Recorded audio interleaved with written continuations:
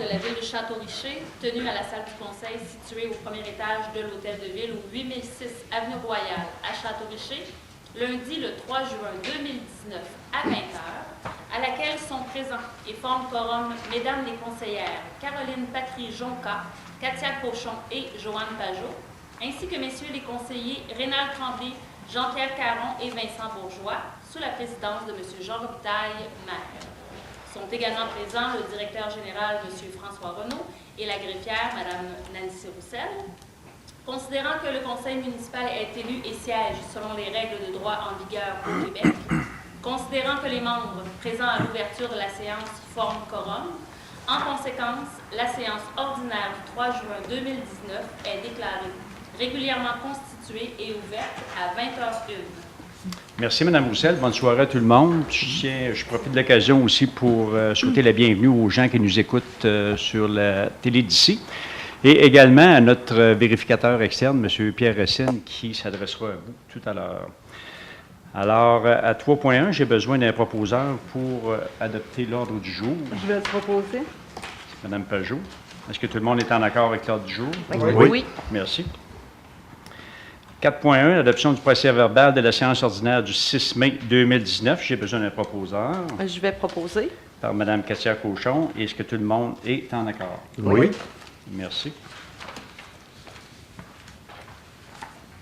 Alors, 5.1, les comptes généraux du 31 mai au 31 mai 2019 et dépôt du rapport sur les autorisations de dépenses pour la période du 1er au 31 mai. Alors, j'ai besoin d'un proposeur. Je vais le proposer. M. Vincent Bourgeois. Et tout le monde est en accord pour... Oui. Alors, c'est adopté l'unanimité. Alors, je vous fais la liste des principaux comptes. C'est un petit mois, même si le montant est gros, là, parce qu'il y a beaucoup d'immobilisation. Alors, Pluritech, ingénieur conseil au montant de 103 277,28. C'est, je pense, le décompte final pour la firme d'ingénieurs pour les travaux de réfection du couvent. On a aussi le montant de 38 733,81, c'est la collecte résidentielle et commerciale. 5 128,45, c'est une transmission pour un des camions de déneigement. 5 748,76, location de pelle avec opérateur du 15 au 20 avril. C'est des travaux qu'on a fait dans la route Saint-Achillée. 15 368 c'est matériaux aqueduc et asphalte froide, là, entre autres les matériaux d'aqueduc pour la nouvelle prise d'eau pour le contrat de piscine, le projet de piscine. Ensuite, on a 61 262,78 pierre, sable, pelle, déneigement de la route Saint-Achillée, à la compagnie Daniel Lachance. Nous avons également 8 519,77 location de conteneurs et l'éco-centre. Le groupe GESFOR, 8 393,18 essai ajustement expert amiante. Ça, c'est pour l'évaluation de nos bâtiments qu'on a fait récemment là, pour l'amiante qui serait présente. 4 797,33 entretien et réparation au poste de pompage. Et nous avons aussi Nordtrax, des pièces mécaniques, un essieu, 17 334,41. Et il y a aussi ciment projeté piscine Orléans au montant de 104 600,24. C'est le paiement numéro 1 pour le projet piscine qui est débuté. Construction Citadelle, c'est, je pense, la retenue, si je ne me trompe pas, M. Retenue, 87 879,14. Et on a les déductions à la source pour Revenu Canada, 14 166,74. Et la même chose pour le gouvernement du Québec au montant de 34 328 et 54. Il y a une facture d'Hydro-Québec également de 7 985. Alors, ça fait le tour pour les dépenses importantes. Alors, 5.2, dépôt du rapport financier et du rapport du vérificateur externe pour l'exercice financier terminé le 31 décembre 2018. En vertu de l'article 105.1 de la loi sur les cités et villes, dépôt au conseil municipal de la ville de Château-Richer du rapport financier ainsi que du rapport du vérificateur externe pour l'exercice financier terminé le 31 décembre 2018, préparé par M. Pierre Racine, CPA, auditeur CA. Alors, M. Racine, je vais vous laisser la parole.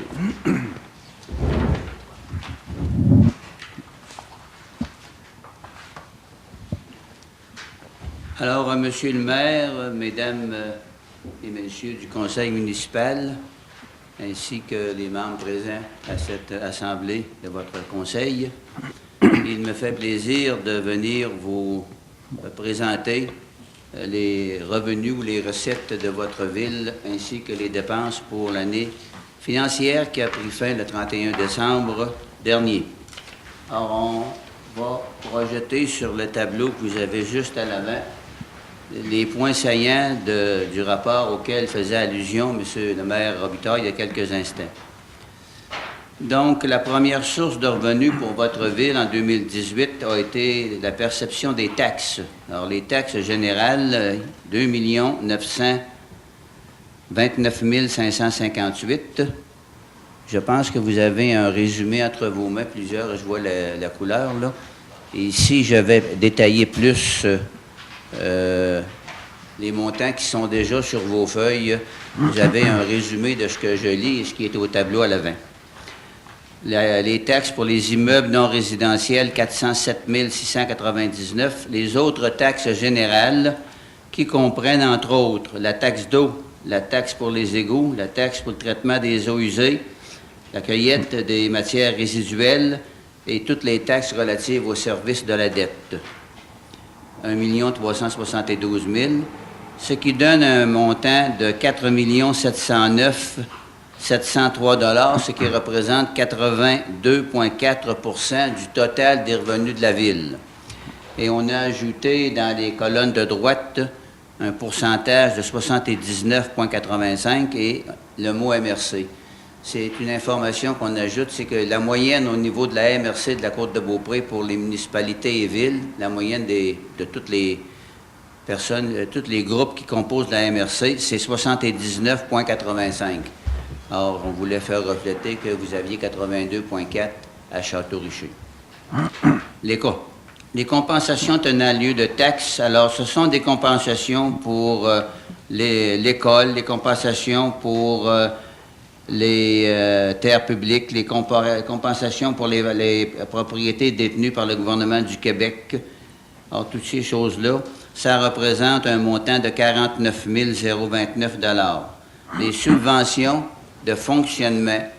Alors, c'est diverses subventions que le ministère donne pour la voirie municipale, pour le traitement des eaux usées, pour les matières résiduelles, ce qui est cueilli dans les bacs bleus, là, c'est trié et une ristourne est donnée à toutes les municipalités par la suite, une fois l'an. Alors, ce sont ces subventions-là qui sont surtout données par le gouvernement du Québec parce que lorsque une ville ou une municipalité fait des travaux d'envergure, j'en avais fait beaucoup dans les dernières années, le gouvernement du Québec, que ce soit le projet TEC 2014-2018 ou le gouvernement du Canada, verse des subventions aux municipalités sur une période variant de 10 à 20 ans. Alors, le gouvernement fédéral paie comptant la subvention et le Québec, lui, répartit les subventions sur un certain nombre d'années.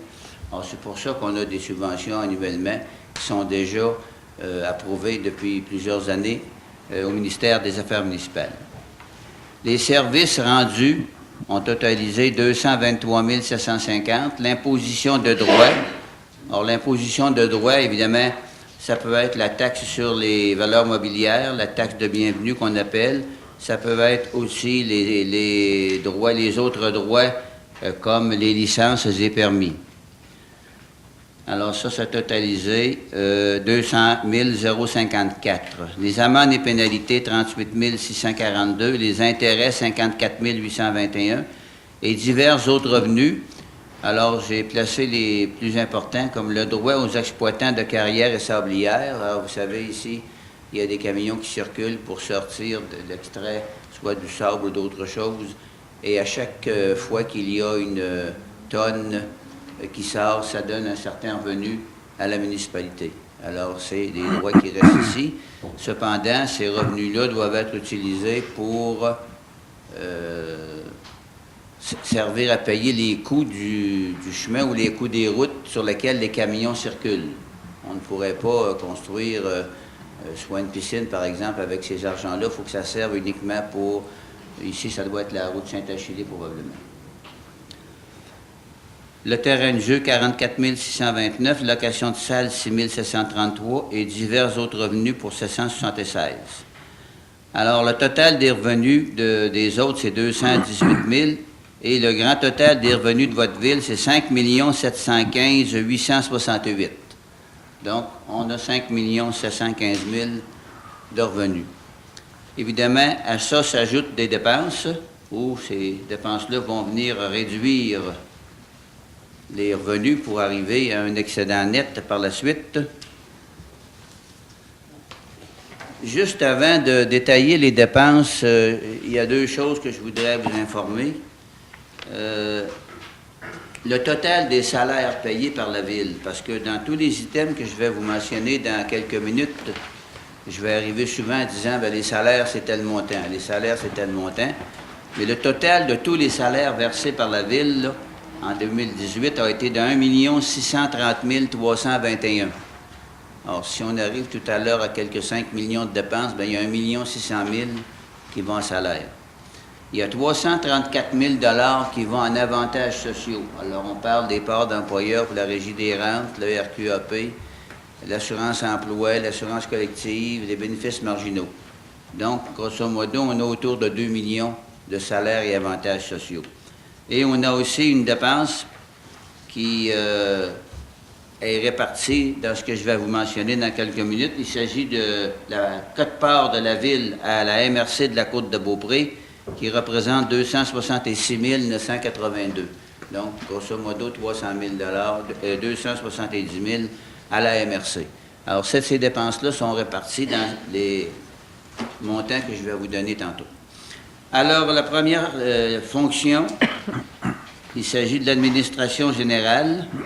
Alors, les dépenses du conseil municipal, 161 275.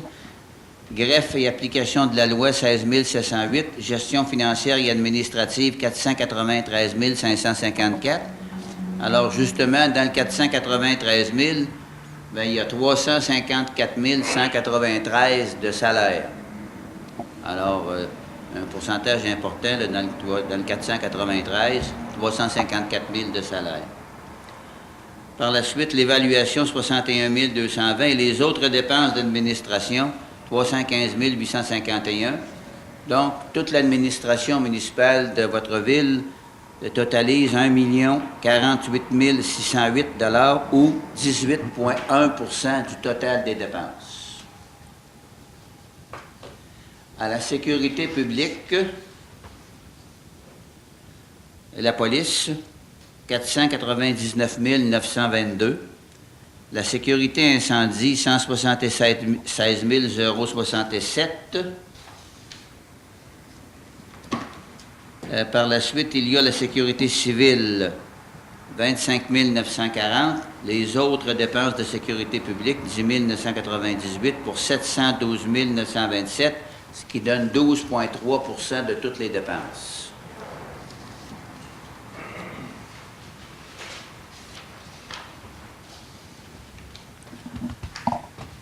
La troisième fonction, la section transport.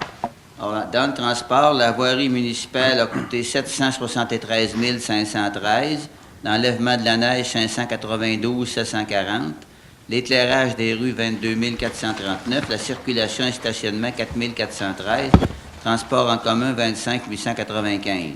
Il s'agit du plus mobile ici.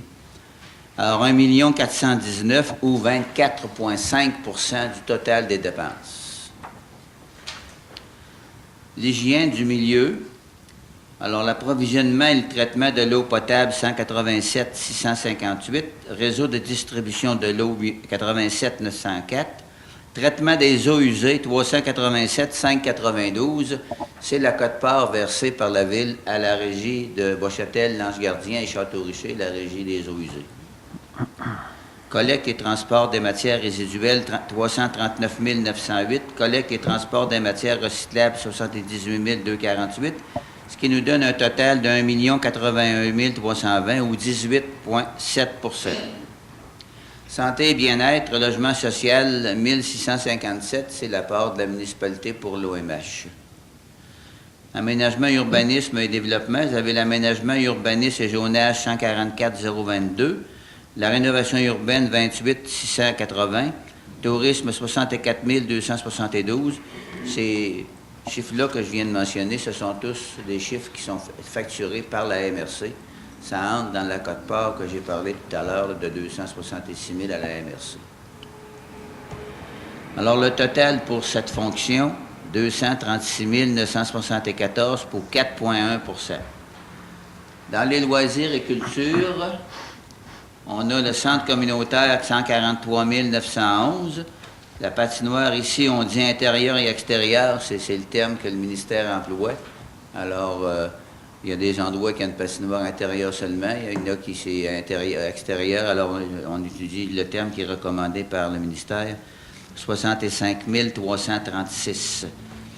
Piscine, plage et port de plaisance, 1014. Parc et terrain de jeu, 228 587. Dans les activités culturelles, centre communautaire, 49 938. Les autres dépenses, 6 034 et la bibliothèque, 5 000 $. Ce qui nous donne pour le loisir et culture un montant de 499 820 ou 8,6 % des dépenses.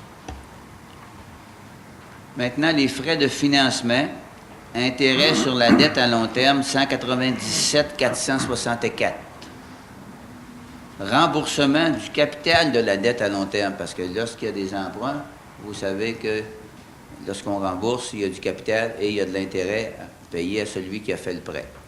Alors, le capital remboursé par la Ville, 514 828. Autres frais, 14 524, pour un grand total de 726 816 $. Alors, le fardeau de la dette ici représente 12,6 % du total de toutes les dépenses. Et les activités d'investissement, ce sont des dépenses, par exemple, l'achat des ordinateurs, l'achat de choses que l'on capitalise. Alors, c'est 1,1 %, 64 000. On a donc un total de dépenses de 5 791 346. Alors, à partir de ce moment-ci, on a un déficit avant affectation, parce que, évidemment, la comptabilité municipale, il y a toujours des termes qu'il faut employer. Les affectations, ce sont de l'argent qui ne provient pas soit de taxes ou de recettes, comme j'ai parlé tout à l'heure. Ça vient d'autres sources. Alors, on a 75 000 de déficit. Maintenant, les affectations, du surplus non affecté de l'année 2000, des années antérieures. Alors, si vous avez assisté à la séance du Conseil de décembre 2017, le Conseil a dû préparer un budget, vous l'a présenté, et il a affecté 295 000 $ de son surplus accumulé pour l'année 2018. Donc, ça devient un revenu parce qu'il y a une résolution et même un règlement qui a été passé là-dessus à ce Conseil-là. Il y a aussi des dépenses à long terme pour des activités de fonctionnement. C'est un règlement qui a été passé en 2017 et qui prévoyait qu'il y avait une certaine dépense pour des dépenses en aqueduc et en égout pour une certaine partie de la municipalité qui totalisait à peu près 62 000, mais donc qui devait être financé par le fonds de roulement. Alors, en 2017, on n'a pas terminé les travaux. En 2018, on a eu des travaux de 19 000 $, et comme le règlement disait, ce ne sont pas des dépenses de fonctionnement normal, on va les payer par le fonds de roulement. Il y a 19 065 qui a été pris dans le fonds de roulement. Et des réserves financières des années antérieures, 13 687. Alors, ce qui nous amène avec le vrai surplus de la Ville pour l'année 2018, qui est 252 284 $. Alors, c'est votre surplus à des fins fiscales qui est maintenant porte le nom de surplus non affecté. On a ajouté d'autres renseignements susceptibles de vous intéresser, comme votre population, 4 021 personnes. Le taux général de taxation, c'est 0,9462. Au niveau de la MRC moyenne, comme je le mentionnais tout à l'heure, c'est 0,9129. La dette à long terme de votre ville est 9 657 685. Cependant, il y a la partie que la ville va payer, c'est 5 497, parce que le ministère des Affaires municipales ou un autre ministère s'est engagé à payer 4 160 000 au moment où on se parle. Évidemment, l'an prochain, ça va varier beaucoup parce que en janvier, je pense, ou tout au plus en février, la Ville a fait un emprunt pour payer les dépenses que je vais vous parler dans quelques minutes. Alors là, un emprunt de tout près de 6 millions. Et il y a aussi eu des subventions accordées par le ministère là-dessus qui vont faire en sorte que la dette totale va grimper, ainsi que la part que le ministère va vous rembourser, ainsi que la part payée par la Ville. Ce sera au rapport de l'an prochain. On a ajouté ici des dépenses ou des renseignements qui ne font pas partie du rapport financier que j'ai audité, mais le Conseil a jugé bon de le placer là pour informer la population. Ce sont des dépenses en date du 31 décembre. Où en sont rendus les projets, parce qu'il y en a beaucoup de projets ici. Alors, au 31 décembre, le chalet des loisirs, et j'ai marqué là le règlement numéro 510-16, avait coûté 1 753 000. Cependant, la MRC a contribué là-dessus pour 521 000, donc on a un coût net pour le chalet des loisirs de 1 232 000. Pour le parc des loisirs, avec le règlement 501, la dépense totale est 2 660 679 et on a une contribution des promoteurs de 280 000. Et il y a contribution du Fonds de développement de la MRC pour 220 000, ce qui donne un coût net de 2 160 000. Cependant, dans le 2 millions de dollars, le programme TEC du gouvernement fédéral et provincial va verser 210 383 $ comptant. La rue du Couvent, au 31 décembre, avait coûté 1 743 689.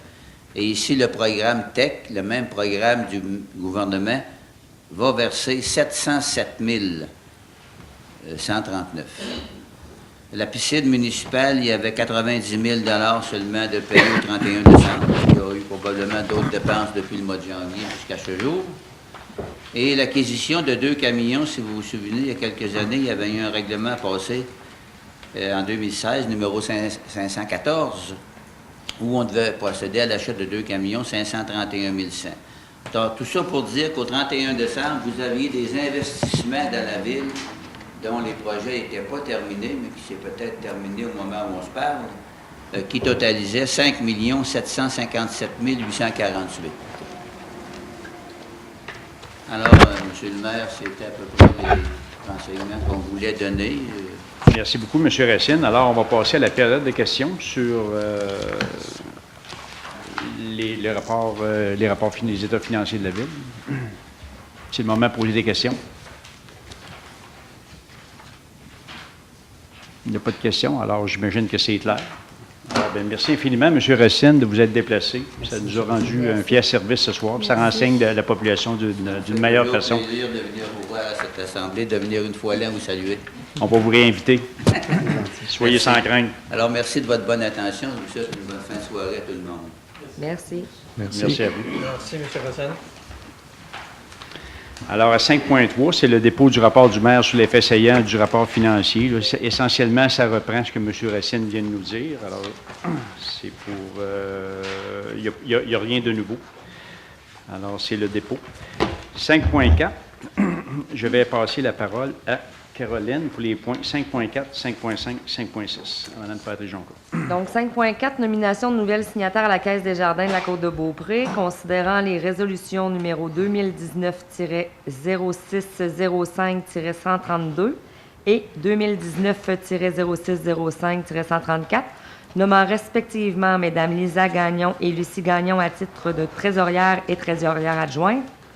Considérant qu'il est requis de modifier les autorisations de signature pour les chèques auprès de la Caisse des Jardins de la Côte-de-Beaupré, considérant l'article 100.1 de la loi sur les cités et villes, je propose que le Conseil autorise Mme Lisa Gagnon à signer les chèques en remplacement, en supplément de Mme Nancy Roussel, et que 2 signatures sont requises en tout temps, dont celle du maire, M. Jean Robitaille, ou lors de son absence du maire suppléant, et celle de la trésorière, Mme Lisa Gagnon, ou en son absence, Mme Lucie Gagnon.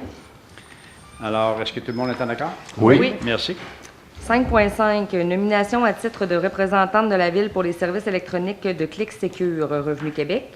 Considérant qu'une résolution est requise afin de procéder à la nomination d'un représentant de la Ville afin que ce dit représentant ait accès à l'ensemble des services électroniques de Clic Sécure offerts dans Mon dossier de Revenu Québec. Considérant que le conseil municipal souhaite nommer Mme Lisa Gagnon en supplément de Mme Nancy Roussel, en conséquence, je propose que Mme Lisa Gagnon soit autorisée à signer pour et au nom de la Ville de Château-Richer les documents requis pour l'inscription au service électronique Clic Sécure et généralement à faire tout ce qu'elle jugera utile et nécessaire à cette fin.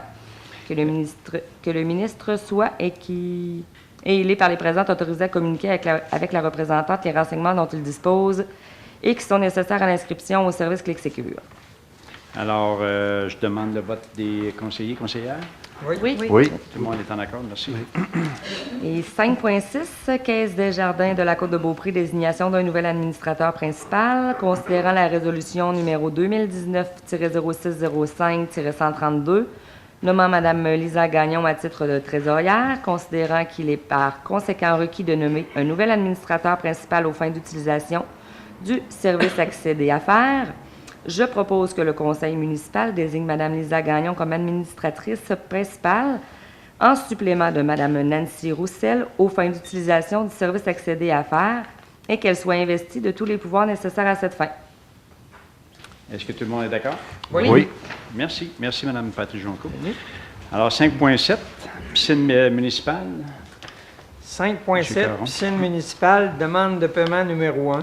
Considérant que par la résolution 2019-0104-080, la Ville de Château-Richer a octroyé un contrat pour la construction d'une nouvelle piscine municipale à l'entreprise Ciment Projeté et Piscine Orléans Incorporée pour la somme de 912 935,99, toutes taxes incluses. Considérant l'avancement des travaux et la recommandation de paiement numéro 1, datée du 23 mai 2019, au montant de 104 624, incluant les taxes applicables approuvées par la firme Génie Conseil Stantec. Je propose d'autoriser le paiement du certificat numéro 1 au montant de 104 624, incluant les taxes applicables, à Ciment Projeté et Piscine Orléans pour la réalisation des travaux pour les travaux réalisés jusqu'au 22 mai 2019. Est-ce que tout le monde est en accord? Oui. Le paiement. Merci beaucoup. C'est l'unanimité, Mme Roussel. Alors, merci, M. Caron. Au point 6, maintenant, suivi des dossiers. Au niveau de la piscine, le dossier de la piscine avance quand même assez bien. Ça va bien autant en construction avec le respect des coûts. Alors, aujourd'hui, ils ont coulé la première partie des murs, demain la deuxième, et vendredi, la dernière partie des murs sera coulée. Donc, le bassin sera terminé vendredi, et par la suite, évidemment, il y a les trottoirs et tout, les clôtures, la salle de mécanique qui avance aussi. Alors, c'est un dossier qui va très bien. Au niveau de la Cour de la Chapelle, vous avez vu qu'on a eu, il y a des articles là, de journaux encore la semaine passée là, pour des incidents encore qui sont arrivés récemment. Alors, je veux simplement vous rappeler là, que il n'y a pas eu d'accident fâcheux, mais il y a toujours des accrochages, puis la côte est fermée à tout bout de champ là, pour des camions trop lourds, trop longs, etc. Alors, mais on va en parler un petit peu plus loin. Maintenant, je vais parler, on a une résolution là-dessus là, qu'on va vous présenter tantôt. Je vais passer la parole à Mme Cauchon pour nous parler de la fête de la Saint-Jean. Oui, en fait, cette année, la fête de la Saint-Jean-Baptiste, notre fête nationale, se déroulera au site des loisirs, au nouveau site des loisirs, le 23 juin prochain. Pour tous les détails, en fait, vous pouvez regarder prochainement le site de la Ville de Château-Richer et notre page Facebook pour avoir les heures et les activités qui seront offertes à ce moment-là. Merci. Alors, M. Caron, je vous repasse la parole pour les points 7.1 et 7.2. 7.1, octroi d'un contrat pour le pavage de la rue du Couvent S. Considérant l'appel d'offres sur invitation auprès de 4 entreprises pour procéder les travaux de pavage sur la rue du Couvent S, considérant qu'à l'ouverture des soumissions, le 31 mai 2019 à 11 h, 2 soumissionnaires ont déposé une soumission, soit Pavage F et F Incorporé, au montant de 67 080,09, toutes taxes incluses, et Eurovia Québec au montant de 63 081,95. Considérant le dépôt du montant officiel signé par 3 témoins attestant l'ouverture des soumissions à des prix soumis, considérant que le plus bas soumissionnaire conforme est l'entreprise Eurovia Québec Construction Incorporée. Je propose d'octroyer le contrat à Eurovia Québec Construction Incorporée pour les travaux de pavage de la rue du Couvent-Est pour un montant de 54 865,80. Ça, c'est sans les taxes. Alors, est-ce que tout le monde est en accord? Oui. En passant, ces travaux-là devraient se faire après la fin des classes. On attend là, que le transport, que les enfants aient terminé leur classe. M. Caron, 7.2. 7.2. Octroi d'un contrat gré à gré pour la production des rapports relatifs aux redevances sur les carrières et sablières. Considérant l'adoption de la résolution 2015-0607-237 octroyant un contrat à Promotech pour notamment la production des rapports relatifs aux redevances sur les carrières et sablières. Considérant que ce contrat vient à échéance le 30 juin 2019, considérant la proposition du nouveau contrat de service soumis par Promotech, je propose d'octroyer le contrat de gré à gré à l'entreprise Promotech pour la production des rapports nommés « Rapport de l'exploitant » pour 2 systèmes micro-Soltec pour une période de 24 mois se terminant le 30 juin 2021 et dont les coûts et les services se détaillent comme suit. Coût de base pour la production du rapport de l'exploitant au nombre de 3 annuellement au coût de 275 plus taxes par rapport. Taux d'achalandage du rapport de l'exploitant basé sur le volume ou le tonnage prélevé sur la période couverte par chaque rapport de base. Ce taux est établi à 1 sous la tonne plus les taxes applicables. Alors, est-ce que tout le monde est en accord? Oui. Merci. Madame Cochon, le numéro 7.3. Oui, au numéro 7.3, octroi d'un contrat de gré à gré pour la réalisation d'une étude géotechnique pour le projet de lien piétonnier au 277 rue du Couvent. Considérant que le Conseil de la Ville de Château-Richer désire sécuriser la cour de la Chapelle pour les piétons et les cyclistes qui empruntent cette dernière, considérant la proposition de travail soumise par la firme d'ingénieurs Therapex Environnement, en conséquence, je propose d'accepter la proposition de Therapex et de lui octroyer un contrat de gré à gré afin de réaliser une étude géotechnique pour le projet de lien piétonnier au 277 rue du Couvent pour un montant de 5 000 $ en y ajoutant les taxes applicables. Que la somme nécessaire à la réalisation de ce mandat soit prise à même les fonds généraux de la présente année financière. Tout le monde est en accord? Oui. Merci. Alors, 8.1, c'est le dépôt des comptes rendus. Merci, Mme Cochon. 8.1, dépôt des comptes rendus des rencontres ordinaires du CC, du Comité consultatif d'urbanisme, du 21 et du 29 mai 2019.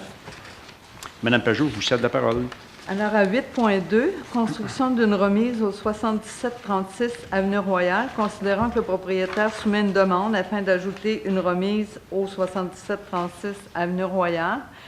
Considérant que le comité consultatif d'urbanisme a émis une recommandation favorable quant à l'ajout de cette remise et a émis la recommandation suivante, à savoir que les portes de la remise devront être de couleur noire afin d'harmoniser avec le bâtiment principal. Je propose d'autoriser l'ajout de cette remise. Est-ce que c'est approuvé par tout le monde? Oui. Merci. 8.3, construction d'un garage détaché au 124 Montée du Parc. Considérant que le propriétaire soumet une demande afin de construire un garage en cour latérale de sa résidence, situé au 124 Montée du Parc.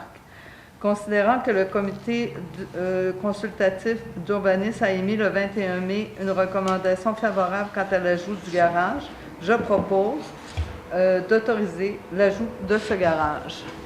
Et tout le monde est en accord? Oui. Merci. 8.4, construction d'une remise en cour arrière de la résidence située au 128 Montée du Parc.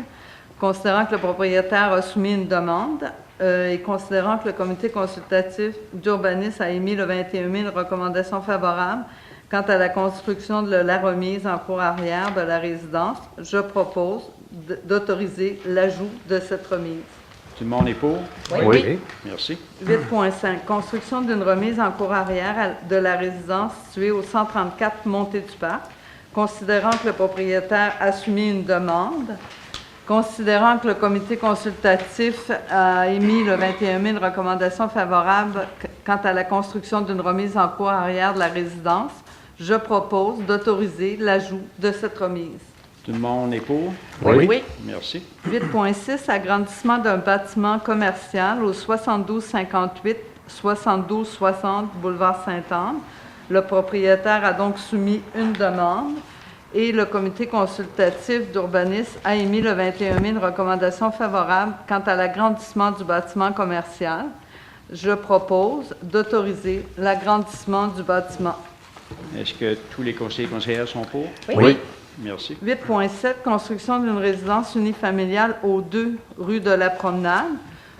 Considérant que le requérant soumet une demande afin de construire une résidence unifamiliale isolée aux 2 rue de la Promenade, considérant que le comité consultatif a émis le 21 mai une recommandation favorable quant à la construction de la résidence unifamiliale et a émis la recommandation à l'effet que la séparation de la fenêtre au 2e étage au-dessus de la porte d'entrée avant devrait avoir une séparation verticale similaire aux autres fenêtres. En conséquence, je propose d'autoriser la construction de cette résidence. Est-ce que tout le monde est d'accord? Oui. Merci. 8.8. Demande d'exclusion de la zone agricole. C'est le projet agro-touristique au 383 rue Pichet. La demande est à l'effet d'exclure du territoire agricole 3 lots afin de permettre un usage agro-touristique. Le comité consultatif recommande donc d'exclure du territoire agricole les 3 lots. Je propose donc de l'exclusion du territoire agricole. Est-ce que tout le monde est d'accord? Oui. Merci. Demande de dérogation mineure au 7736 Avenue Royale. Considérant que le propriétaire soumet une demande afin de réputer conforme le nombre minimal de cases de stationnement pour un usage de la classe habitation 3 logements et plus, et l'implantation d'une remise projetée au 7736 Avenue Royale, considérant que le comité consultatif d'urbanisme émet une recommandation défavorable quant à la demande de dérogation mineure, je propose de ne pas accepter la demande de dérogation mineure. Est-ce que tout le monde est en accord de ne pas accepter la demande de dérogation mineure? Oui. Est-ce Alors, qu'il y c'est a l'unanimité. des personnes qui auraient des commentaires ou des questions par rapport à cette demande de dérogation? 8.10, demande de dérogation mineure au 8102 Avenue Royale. Le propriétaire soumet une demande afin de réputer conforme l'implantation et la superficie maximale des bâtiments secondaires sur le lot du 8102 Avenue Royale. Considérant que le comité consultatif a émis le 21 mai une recommandation favorable quant à la demande de dérogation mineure, je propose d'accepter la demande de dérogation mineure. Est-ce qu'il y a des questions sur cette demande? Non. Alors, est-ce que tout le monde est en accord? Oui. Merci. 8.11, demande de dérogation mineure au 647 route de Saint-Achillé. Le propriétaire soumet une demande afin de réputer conforme la hauteur d'un garage projeté au 647 route de Saint-Achillé.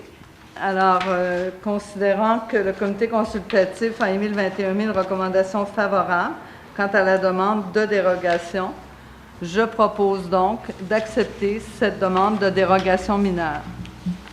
Est-ce qu'il y a des questions? Sur la demande de... Point 8.9, Oui. demande de dérogation mineure refusée. Pouvez-vous élaborer un peu au niveau des circonstances qui vous ont Oui, amené regrettablement à telle interdiction? c'est que déjà, on avait accepté une espèce de dérogation à l'effet que le bâtiment doit avoir 11 places de stationnement pour être réputé conforme. C'est ce qu'on avait autorisé pour la construction et l'ensemble Et maintenant, c'est ça, on nous redemande de laisser tomber une case de stationnement pour y mettre des petits cabanons.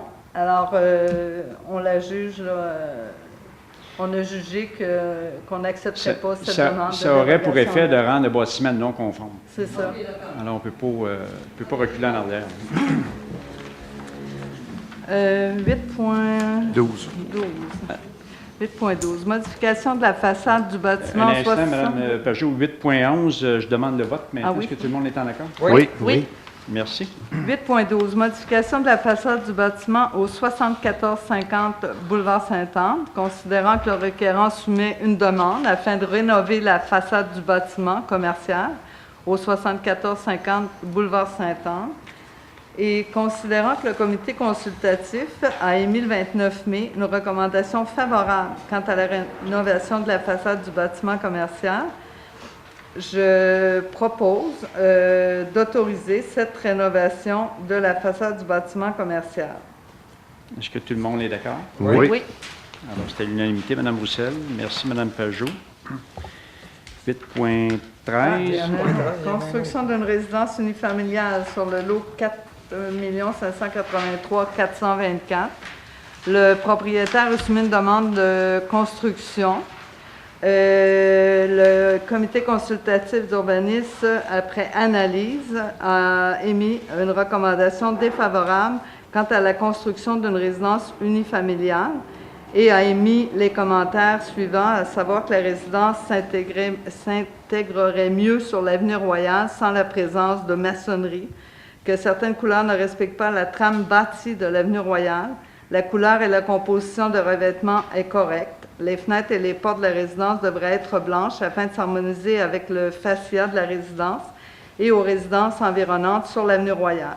La porte de garage devrait avoir une couleur agencée avec celle du revêtement.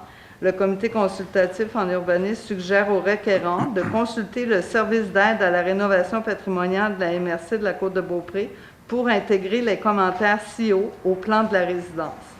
En conséquence, je propose de ne pas autoriser la construction de la résidence unifamiliale isolée sur le lot 4 583 424. Alors, est-ce que tout le monde est en accord de ne pas autoriser la construction dans les conditions qui sont décrites ici? Oui. Alors, c'était l'unanimité, Mme Roussel. Merci. Merci, Mme Pajot. Alors, Mme Cochon, je vous cède la parole pour le point 9.1 et 9.2. Oui. 9.1, le camp de jour 2019, nomination d'employés pour la saison estivale 2019. Ajout à la résolution numéro 2019-0605-129. Considérant l'adoption de la résolution numéro 2019-0605-129 autorisant l'embauche de ressources humaines pour le camp de jour, considérant que le camp nécessite l'embauche d'employés supplémentaires, considérant le processus de sélection effectué, considérant la recommandation positive du comité de sélection, je propose d'autoriser l'embauche du personnel suivant, et ce pour la durée du camp de jour 2019 et au taux horaire suivant.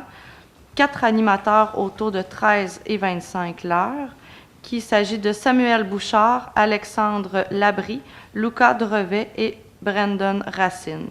Est-ce que tout le monde est en faveur? Oui. Merci. Le point 9.2, la Fête nationale du Québec 2019, autorisation de feux d'artifice. Considérant l'article 6 du règlement numéro 361-03 concernant les nuisances et applicables par la Sûreté du Québec qui prohibe les pétards et les feux d'artifice, sauf par voie de résolution du Conseil municipal. Considérant que le 23 juin 2019, dans le cadre de la Fête nationale du Québec, un feu d'artifice aura lieu sur le nouveau site des loisirs. En conséquence, je propose d'autoriser les feux d'artifice le 23 juin 2019 dans le cadre de la Fête nationale du Québec sur le nouveau site des loisirs, et ce, dans le respect des consignes données par les fonctionnaires de la Ville à la responsable de l'événement, conditionnellement à l'approbation du plan par le directeur du service des incendies préalablement à la tenue de l'activité. Alors, je propose aussi d'autoriser la directrice des loisirs et de la culture à signer pour et au nom de la Ville le contrat à intervenir.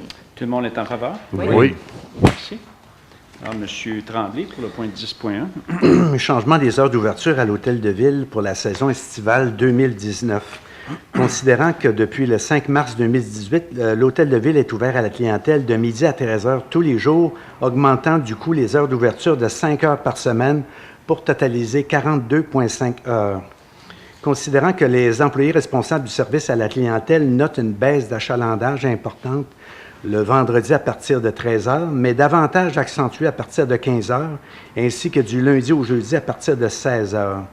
Considérant la saison estivale du 21 juin au 10 septembre 2019, considérant que le conseil municipal juge opportun de changer les heures d'ouverture à l'hôtel de ville durant cette période, étant donné la baisse importante d'achalandage. En conséquence, je propose d'autoriser le changement des heures d'ouverture à l'hôtel de ville à partir du 21 juin 2019 et qu'à cette date, l'hôtel de ville sera fermé à 15h30 les vendredis et à partir de 16h du lundi au jeudi. Que ces changements soient effectifs jusqu'au 2 septembre 2019 inclusivement. Est-ce que tout le monde est favorable? Oui. Merci. Alors, 10.2, c'est Mme Fatry-Jonca. Donc, 10.2, santé et sécurité au travail, adoption de la politique municipale en santé et sécurité au travail. Considérant que la ville de Château-Richer fait partie d'une mutuelle de prévention en santé et sécurité au travail, considérant le dépôt le 6 mai dernier du plan d'action comprenant les activités d'identification, d'élimination et de contrôle des risques, de même que les activités visant à optimiser la prise en charge de la santé et de la sécurité au travail de la ville de Château-Richer, considérant que le conseil municipal est en accord avec ce plan d'action et qu'il est favorable à la réalisation des activités identifiées, considérant que l'une des premières activités à réaliser consiste à élaborer une politique municipale en santé et sécurité, considérant que le projet de politique municipale en santé et sécurité présenté au conseil municipal, considérant que le conseil municipal juge celui-ci approprié, considérant que les dispositions de la loi sur la santé et la sécurité au travail obligent la Ville à élaborer un programme annuel visant à prévenir toute atteinte à la santé des travailleurs. En conséquence, je propose d'adopter, tel que proposé, la politique municipale en santé et sécurité, d'autoriser le directeur général, M. François Renaud, à signer pour et au nom de la Ville de Château-Richer tout document utile ou nécessaire pour donner suite à la présente résolution, que le crédit requis soit pris à même les fonds généraux de la Ville pour l'année 2019. Est-ce que tout le monde est favorable? Oui. Oui. Merci. Alors, Mme Pajot, 10.3. 10.3, aménagement d'un nouveau parc canin, adoption de la politique relative à l'utilisation. Considérant que suite au budget participatif citoyen mis sur pied en 2018, le projet retenu fut la construction d'un parc canin à Château-Richer. Considérant que 3 règlements municipaux encadrent déjà certains aspects de cette utilisation, à savoir le règlement concernant les animaux et applicable par la Sûreté du Québec, concernant la sécurité, la paix et l'ordre dans les endroits publics et certains endroits privés et applicable par la SQ, concernant les nuisances et applicable par la Sûreté du Québec. Considérant qu'il y a lieu de prévoir des règles supplémentaires en adoptant une politique d'utilisation pour mieux encadrer la gestion de ce parc canin, considérant que le projet de politique d'utilisation du parc canin présenté au conseil municipal, considérant que le conseil municipal est en accord avec cette politique, je propose d'adopter la politique relative à l'utilisation du parc canin portant le numéro P 2019-03. Alors, est-ce que tout le monde est en accord? Oui. Merci. J'aimerais ajouter que la politique en question sera affichée directement à l'entrée du parc et sera diffusée sur la page Facebook de la Ville et également le site Web de la Ville. Effectivement. Merci, M. Tremblay. Je vous cède la parole pour 10.4 en passant. Modification apportée à la politique relative à la tarification pour l'utilisation des salles municipales. Considérant l'adoption des résolutions 2018-09-04-153 et 2019-04-02-040, adoptant une politique de tarification pour la location et l'utilisation des salles du Centre Olivier-le-Tardif et du Chalet des loisirs, considérant que le conseil municipal juge opportun de modifier à nouveau la politique de tarification afin d'offrir la gratuité lors de l'utilisation d'une salle à l'occasion des funérailles d'un employé, d'un ex-employé, d'un élu, d'un ex-élu, du père, de la mère, du conjoint ou d'un enfant, d'un employé ou d'un élu. En conséquence, je propose d'autoriser la modification à la politique de tarification pour la location et l'utilisation des salles P 2019-02 afin d'offrir la gratuité lors de l'utilisation d'une salle à l'occasion des funérailles d'un employé, d'un ex-employé, d'un élu, d'un ex-élu, du père, de la mère, du conjoint ou d'un enfant, d'un employé ou d'un élu. Alors, ce qu'on fait ici, c'est qu'on rend officielle une politique qui a toujours été appliquée, mais qui était non écrite dans nos politiques. Alors, lorsqu'il y avait un décès d'un proche, des gens qui sont nommés ici, la salle était toujours prêtée, mais ce n'était pas officiel. Alors, on le rend officiel. Alors, j'ai besoin du vote des conseillers. Oui. Tout le monde est favorable? Merci. Merci, M. Tremblay. Alors, 10.5, demande de désignation à titre de célébrant pour un mariage ou une union civile. C'est une demande qu'on vient d'avoir. Alors, j'ai besoin d'un proposeur. Je vais proposer. Monsieur Vincent Bourgeois, là, pour demander au directeur de l'État civil de reconnaître les membres du conseil municipal de la ville de Château-Richer comme célébrants compétents sur le territoire de la ville de Château-Richer et de leur émettre un numéro de célébrant. Ces membres étant Jean Robitaille, Mme Caroline Patry-Jonca, M. Rénal Tremblay, Mme Katia Cochon, Mme Joanne Pajot, M. Jean-Pierre Caron et M. Vincent Bourgeois. Et est-ce que tout le monde est en accord? Oui. Alors, merci. OK. 10.6, ça va être un petit peu plus long, mais je pense que c'est important de tout vous le lire. Alors, c'est voie de contournement pour le transport en vrac dans la Côte de la Chapelle, demande d'aide au ministère des Transports du Québec.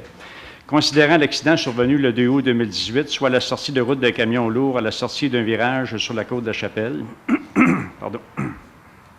Considérant que cette côte, qui est sinueuse, étroite et à très forte pente, a déjà été le théâtre de d'autres accidents dans les années antérieures, considérant que la route Saint-Achillé, y compris la Côte de la Chapelle, est localisée en plein cœur de la ville et amène un flot incessant de camions lourds qui se rendent aux carrières situées plus haut sur la route, considérant qu'en 2016, il a été calculé un nombre de 600 passages de camions lourds, et ce, en une seule journée, considérant la pression accrue sur les carrières de Château-Richer qui sont à proximité des grands projets de construction, considérant que la responsabilité de l'entretien de cette route a été transférée à la Ville en 1993 par le ministère des Transports du Québec, considérant que le muret et les glissières de sécurité installés dans la côte appartenant au ministère des Transports du Québec ne sont plus aux normes pour la circulation des camions lourds, considérant qu'il n'y a aucune possibilité physique d'ajouter un trottoir dans la côte de la Chapelle, considérant qu'il est impossible de réduire la pente de la côte de la Chapelle qui est de 23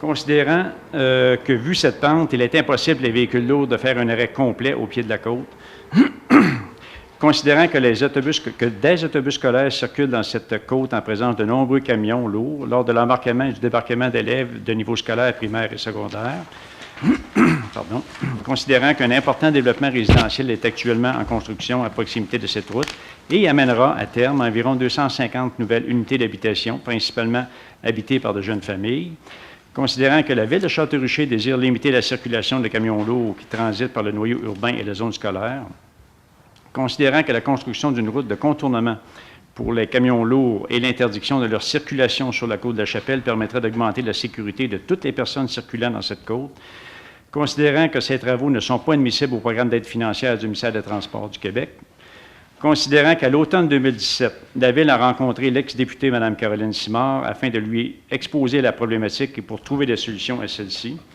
considérant qu'à l'hiver 2018, une étude de préfaisabilité intitulée « Étude préliminaire, nouvel accès à Saint-Achillé » a été réalisée par la firme d'ingénieurs Stantec à la demande du présent gouvernement, considérant qu'en février 2018, la Ville a rencontré l'ex-ministre libéral responsable de la région de la capitale nationale, M. Sébastien Proulx, pour faire un suivi du dossier exposé à Mme Caroline Simard, considérant qu'en mars 2018, la Ville a rencontré l'ex-premier ministre du Québec, M. Philippe Couillard, et que pour lui, ce dossier était prioritaire, considérant que l'étude de préfaisabilité réalisée par la firme d'ingénieurs Stantec a été déposée au bureau de la députée libérale en juin 2018, considérant qu'en juin 2018, la Ville a rencontré M. Luc Tremblay, directeur général de la direction régionale de la capitale nationale du ministère des Transports du Québec, considérant que le 6 août 2018, la Ville a rencontré l'ex-ministre libéral délégué au transport, considérant que le 22 mars 2019, la Ville a rencontré la députée caquiste, Mme Emily Foster, pour lui exposer la problématique,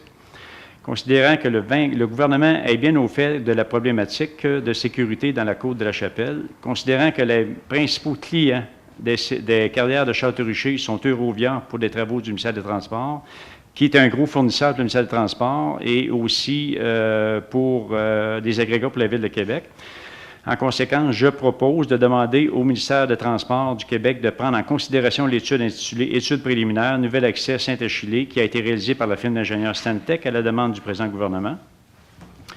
De demander au ministère des Transports du Québec d'aider financièrement la ville de Château-Richer afin de construire une voie de contournement pour les camions lourds qui circulent dans la route Saint-Achille et dans la côte de la Chapelle. De demander au ministère des Transports de faire en sorte que cette nouvelle voie de contournement soit finalisée avant le début des grands chantiers projetés relatifs au 3e lien et au réseau structurant de transport en commun, tramway ou autres, qui seront bientôt enclenchés par ceux-ci, car ceux-ci mettront une pression accrue sur les carrières de Château-Richer et augmenteront du coup l'achalandage sur le territoire. De demander à la communauté métropolitaine de Québec, à la MRC de la Côte-de-Beaupré et à la Fédération québécoise des municipalités d'appuyer la ville de Château-Richer dans sa démarche pour obtenir l'aide financière du ministère des Transports. Alors, est-ce que j'ai l'appui de tous les conseillers et les conseillères? Absolument. Oui. Oui. Alors, c'est adopté à l'unanimité, Mme Roussel. Alors, 10.7. C'est Mme Patry-Jonca. Oui. Donc, 10.7, entente commune intermunicipale pour les services de sauvetage d'urgence en milieu isolé, soumis, nomination des signataires. Donc, considérant la difficulté d'accès à certaines parties du territoire de la MRC de la Côte-de-Beaupré, considérant que les municipalités de Saint-Ferréol-les-Neiges et de Bois-Châtel ont accès à de l'équipement spécialisé et à du personnel ayant la formation requise pour le sauvetage d'urgence en milieu isolé ou difficilement accessible, considérant qu'au cours de l'année 2018, un projet d'entente a été présenté aux municipalités de la MRC de la Côte-de-Beaupré afin d'organiser un service de sauvetage d'urgence en milieu isolé, considérant que l'objectif de cette entente est d'encadrer le mode de fonctionnement ainsi que d'établir les coûts reliés au sauvetage d'urgence en milieu isolé sur le territoire des villes et municipalités participantes à la dite entente, considérant que le projet d'entente a fait l'objet d'une vérification juridique, considérant que le projet d'entente vérifié a été présenté aux municipalités de la MRC de la Côte-de-Beaupré, considérant que la ville de Château-Richer s'en déclare entièrement satisfaite. En conséquence, je propose d'autoriser le maire, M. Jean Robitaille, et le directeur général, M. François Renaud, à signer, pour et au nom de la ville de Château-Richer, l'entente commune intermunicipale pour les services de sauvetage d'urgence en milieu isolé. Est-ce que tout le monde est en faveur? Oui. Merci. Alors, nous sommes rendus, il n'y avait pas de correspondance, on n'avait pas reçu de correspondance, alors nous sommes rendus à la période de questions. Pour ceux et celles qui auraient des questions. Oui, bonjour, monsieur le maire. Mon nom est M. Bonjour, M. Huguette. J'aurais une question à poser. Je vois que la ville possède beaucoup de règlements, puis je regarde dans les bâtiments la couleur des châssis, tout ça. Est-ce qu'il y a un règlement qui oblige un individu à maintenir et à garder une bâtisse ancestrale viable? Non, je ne pense pas qu'on ait ce règlement-là Puis précisément. est-ce que ça serait bon d'y penser? Puis je vais vous dire pourquoi.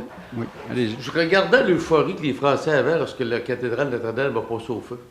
Hein, Macron l'a promis de la reconstruire en 5 ans. Nous, on a un moulin qui s'appelle le moulin de Monseigneur Laval, qui est inoccupé, qui représente l'histoire de Château et de la côte de Beaupré, puis il ne se passe rien. Je me pose de sérieuses questions. Et qui n'appartient pas aux plus pauvres de la Non. Terre. Ben non, mais bon, on va faire abstraction de l'argent, là, mais je me pose de sérieuses questions parce que possiblement que cet individu-là, tôt ou tard, va frapper à votre porte, va vous demander des subventions pour le retaper ou le remettre en bonne condition. Il faudrait, si le bâtiment était classé, là, on pourrait intervenir. Si le bâtiment est... Était classé patrimonial au niveau du ministère de la Culture. Mais le moulin de Monseigneur Laval, il n'est pas considéré comme patrimoine. Non. Mais il y a 400 ans pratiquement. Il est sur la liste d'inventaire du patrimoine, mais il n'est pas classé. Allez, go, regardez. Je ne pourrais pas vous répondre, on va y réfléchir. Je vous laisse sur cette question-là. Puis, tant que l'état financier présenté par M. Racine, est-ce qu'il y aurait possibilité de mettre l'année précédente? Parce qu'en tant qu'auditeur, là, comparer, comprendre, analyser, ça va vite, les chiffres vont vite, puis les commentaires sont difficiles, en ce qui me concerne. Je vous remercie. Merci.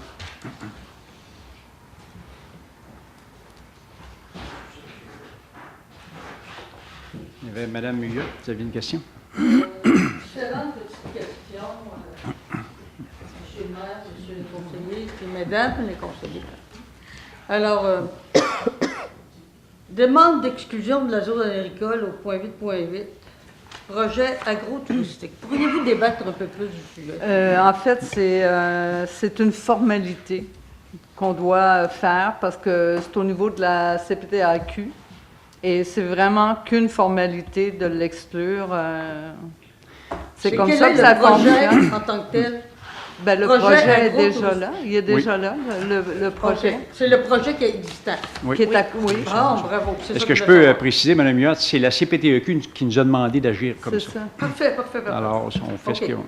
Au point 8.13, construction d'une résidence unifamiliale qui a été rejetée. Dans le lot 4 583 424, ça doit avoir une adresse civique, ça? Non, parce qu'elle n'est pas construite. Il n'y a absolument rien. Non. OK. Ça a été refusé à cause, si j'ai bien saisi, là, du peu de conformité à l'ensemble. C'est ça, par rapport à la trame de l'avenue Royale. OK. Dans le point 10.5, demande de désignation à titre de célébrant, est-ce que c'est ce qu'on mentionnait auparavant comme étant juge de paix? Non, c'est tout Non, simplement c'est pas ça? non, c'est pour des mariages civils. Pas ça du tout. Non. Bon, OK. Dernier point qui me tracasse beaucoup. J'ai souvent l'occasion d'aller sur l'avenue Royale à Château-Richer. Et c'est terriblement beau, l'avenue Royale, mais c'est un endroit terriblement dangereux. Oui. À cause du fait qu'il faut partager l'avenue Royale. Oui. Bon. Quand vous avez été élu, vous avez parlé beaucoup du projet, la piste cyclable. Oui. Moi, je vais vous poser une question. Moi, ce que ça sous-tend dans ma tête, c'est terrible. Est-ce qu'il va falloir attendre? La semaine dernière, il y a un jeune cycliste qui était sur l'avenue Royale. Il a failli se faire faucher par une voiture. Bon. Est-ce qu'on va attendre un événement majeur, désastreux, comme une perte de vie, un accident, immobilisation, RSLRF, avant de se dire, ce maudit projet-là, piste cyclable, il faut qu'il avance. Où en êtes-vous rendu avec le projet de la piste cyclable et du partage de notre avenue Royale? Oui, je peux vous répondre. En fait, on travaille sur le projet. C'est un dossier qui est quand même long parce qu'il réunit 3 municipalités. Ça va être plus que ça parce idéalement, il faudrait qu'il se rende jusqu'au quai de Sainte-Anne qui est annoncé le 15 jours, je crois. Alors, nous en sommes présentement. Il y a eu des rencontres entre les urbanismes des municipalités. Il y a eu, je pense, où il va y avoir une rencontre avec les directeurs généraux. Il y a eu une rencontre des maires aussi. Nous en sommes désignés un tracé. Et c'est pas facile à Château-Richer ici. Parce qu'on est juste à l'hôtel de ville. Si on voulait les sortir totalement de Royal, on est à côté, on est sur la limite de la voie ferrée. Alors, ici, c'est difficile, mais les architectes ou les ingénieurs sont en train de regarder ça présentement. On aura des suggestions probablement en quelque part à l'automne. Ben, je m'attends à ça à un moment donné. Et puis, après ça, on avancera dans la faisabilité au niveau du budget. Parce que la députée, Mme Foster, va s'impliquer dans le dossier. C'est une de ses engagements électoraux. Je pense que c'est toujours sur la table de dessin. Et on aura aussi potentiellement des fonds d'AMRC, du Fonds Ouest pour ce projet-là. Il y aura aussi beaucoup d'expropriations, les fonds de terrain le long de la voie ferrée. Alors, c'est pas une chose qu'on va annoncer demain matin qu'on rentre en travaux, là, parce qu'il y a beaucoup de choses à faire avant d'aller dans l'exécution de la piste là. Mais c'est commencé. Mais, dans le fond, vous prévoyez, en tant que gestionnaire, une phase 1 qui serait à l'automne. Bien, phase 1, je ne sais pas comment on peut l'appeler phase 1, plutôt une étape. Une étape, là, mais on n'est pas dans la construction. Non, dans le fond, moi, ce que je voulais dire... La première chose, ça nous prend où est-ce qu'elle va passer. Ça nous prend un tracé. Un tracé. Moi, je veux dire, vous allez nous informer. Oui, aussitôt qu'on aura de l'information. Si je ne vous informe pas, c'est parce que je n'ai rien à vous dire de précis. C'est pour ça qu'on n'en parle pas plus que ça, mais on... Là, dans le moment, vous n'avez pas le tracé? bien, on veut qu'elle soit le long de la voie ferrée, mais il y a des endroits où c'est difficile. Si on est capable de la faire là, ça va être là. Sinon, bien, il faut choisir entre est-ce qu'on traverse le boulevard, puis on fait sur pilotier un bout, puis on revient. C'est ça, là, les ingénieurs vont nous indiquer, ingénieurs et architectes. Là. C'est une décision, parce que faire traverser le boulevard à des vélos, est-ce que c'est mieux que de les mettre sur la rue Royale? On aura probablement aussi l'aide du ministère des Transports dans ça, parce que le boulevard ne nous appartient pas. Là. Il y a des décisions importantes dans ce dossier-là. Là. Mais soyez assurés qu'on ne s'est pas abandonné et qu'on le travaille. C'est parce que je n'aime pas dire des choses quand je n'ai pas l'information, là, tout simplement. Est-ce qu'il y a d'autres questions? M. Gagnon. Martin Gagnon. Juste pour poursuivre sur le même sujet, mis à part là, de déplacer le trajet des pistes cyclables, est-ce que vous, comme maire, pouvez, je ne dirais pas mettre de la pression, mais peut-être faire un appel de temps en temps? Moi, ça m'est arrivé une fois ou deux d'appeler à la SQ. Bon, vous savez où je demeure, là, encore en fin de semaine. J'ai vu, malheureusement, ça me semble être des gens de la place. C'est pas des touristes, là. Donc, des gens qui vont peut-être un peu vite. Des voitures un peu de course, et j'en ai vu un doublé, là, hein, vous savez comment est-ce que c'est pas large chez nous, là. J'en ai vu un doublé, et vous le savez, donc surtout le week-end, beaucoup de vélos, donc un jeune qui double, et je vois très peu de surveillance. Je suis pas beaucoup à la maison, là, mais les week-ends où je suis là, je vois très peu de surveillance de la SQ, et comme je vous dis, j'ai appelé une fois, j'ai pas vu personne. Donc, est-ce que vous, comme municipalité, pouvez peut-être faire un appel de courtoisie pour demander, d'abord, j'ai vu dans le budget, on les paye, là, je pense. Oui, on les paye bien. Hein, on les paye bien, vous avez parfaitement raison. C'est ça, donc si vous, comme maire, pouvez faire un appel de courtoisie, peut-être avoir un petit peu plus de surveillance, encore là, pour la sécurité des gens, surtout les cyclistes, là, ils sont là. On peut pas, Vous avez parfaitement raison, M. Gagnon, et on le fait tous les mois. À tous les mois, nous avons une rencontre avec M. Dionne, qui est notre parrain de la Sûreté du Québec, ici à l'Hôtel de Ville, et on parle de ces choses-là régulièrement. Est-ce que leur présence est assez fréquente? On voudrait en avoir plus, évidemment. À tout moment, j'entends parler parce que nous, on reçoit des rapports aussi, là. Je sais qu'ils ont fait du radar récemment dans la partie ouest de Château-Richer, je peux m'exprimer ici. Ils font de la surveillance, mais on ne les voit pas tout le temps, c'est certain. Là, on ne les voit pas tous les jours. Là. Mais je peux vous assurer qu'on les rencontre à tous les mois, puis qu'on leur demande certaines choses, dont la vitesse. Là, le dernier coup, on a parlé des vélos qui étaient... Mais les vélos aussi, c'est un problème, parce que les vélos n'arrêtent jamais aux intersections. Absolument, hein. absolument. Alors, le partage de la route n'est pas facile à Château-Richer. Mme Millette en parlait tantôt. C'est un partage qui est difficile, autant pour les camions, les vélos que les autos. Le transport scolaire, c'est pas facile. La route est étroite, beaucoup de courbes et les gens vont vite. Et vous avez raison, c'est les locaux qui vont vite. Malheureusement, l'arrêt qu'il y a au coin de Huot et Avenue Royale, pardon, souvent encore, là, je ne connais pas beaucoup de monde, mais ça me semble être les gens de la place, là, il n'y en aurait pas, puis ça serait la même chose, là, ils le font à peu près pas. Là. Vous avez raison, je le vois régulièrement. C'est pas facile. Parfait, merci. Merci. Merci, monsieur. Oui, M. Leclerc. C'est le délignement des routes, surtout au coin chez nous. La ligne blanche. Oui, ça va être donné... Je sais qu'il y en avait la semaine passée, il y en avait avec les familles, les blessés, qui ne savaient pas par où traverser. Vous savez, à un moment donné, il faut qu'ils traversent en diagonale. Il faut traverser la rue Dick, vous parlez, là? Ça n'a pas d'allure. Mais là, on va faire les lignes... je pense que le contrat est donné. Oui. Oui, sûrement, oui. Là, la chaleur s'en vient mercredi. On verra mercredi si vous avez raison. C'est ce qu'on souhaite. Est-ce qu'il y a d'autres questions? Alors, j'ai besoin d'un proposant pour la levée de l'Assemblée. Je vais le proposer. Monsieur Bourgeois, est-ce que tout le monde est en accord? Oui. Alors, merci. Merci à tout le monde d'être venu et bonne soirée. Merci à tout le monde d'être venu.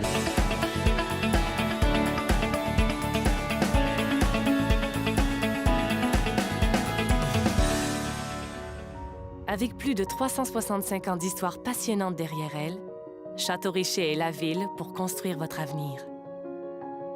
Propulsé par l'énergie de ses 4000 citoyens, Château-Richer grandit chaque jour avec effervescence. Forte de ses importants développements résidentiels et de son offre commerciale et agricole, on y retrouve un milieu de vie stimulant et adapté pour toute la famille. Plus ancienne paroisse catholique rurale au nord du Mexique, Château-Richer est une ville de patrimoine unique qui bâtit son futur en s'appuyant sur sa riche histoire.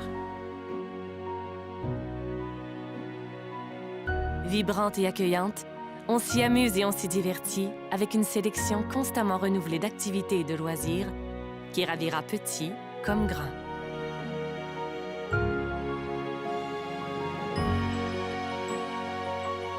Au fil des saisons, les 240 km² de Château-Richer se colorent, alors que ses forêts, ses cours d'eau et ses récoltes variées y forment des panoramas hors de l'ordinaire. Et à quelques minutes seulement de Québec et du Mont-Sainte-Anne, il serait fou de s'en priver.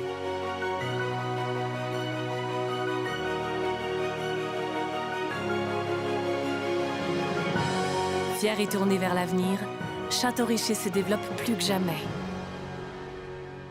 Il ne manque plus que vous.